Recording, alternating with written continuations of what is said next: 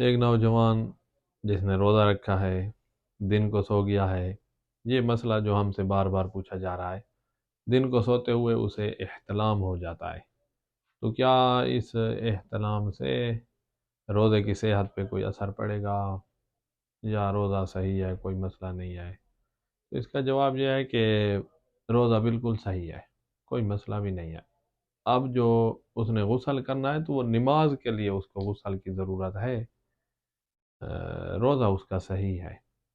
شام کی نماز پڑھنی ہے تو اس کے لیے غسل کر لے گا، ظہر کی نماز پڑھنی ہے تو اس کے لیے غسل کر لے گا۔ بہرحال یہ جو جنابت ہوئی ہے اس سے روزے کی صحت پر کوئی اثر نہیں پڑتا۔ خاتون، ہاں اس کا مسئلہ ہے۔ خاتون کو روزے کی حالت میں حیض یا نفاس آ گیا ہے، انہیں حیض آ گیا ہے، چاہے روزہ ختم ہونے والا ہی ہو اور اسے تھوڑا سا پہلے آ جائے، تو یہ اس کا روزہ باطل ہو جاتا ہے اور اس کو اس روزے کی قضا رکھنا پڑے گی۔ ایک نوجوان دن کو سوتا ہے تو اس کو اندیشہ ہے کہ کہیں مجھے جو ہے احتلام نہ ہو جائے، غسل واجب نہ ہو جائے، تو کیا اس کو سونے کی اجازت ہے؟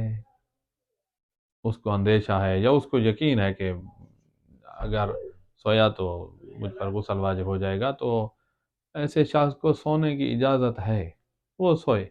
اگر احتلام ہو گیا تو اس سے روزے کی صحت پر کوئی اثر نہیں پڑتا۔ جو چیز روزے کو نقصان دیتی ہے وہ ہے استمناء، خود منی کو خارج کرنا جو ناجائز ہوتا ہے، تو یہ چیز روزے کو باطل کرتی ہے اور انسان پر کفارہ بھی آتا ہے، اور احتلام سے روزہ باطل نہیں ہوتا۔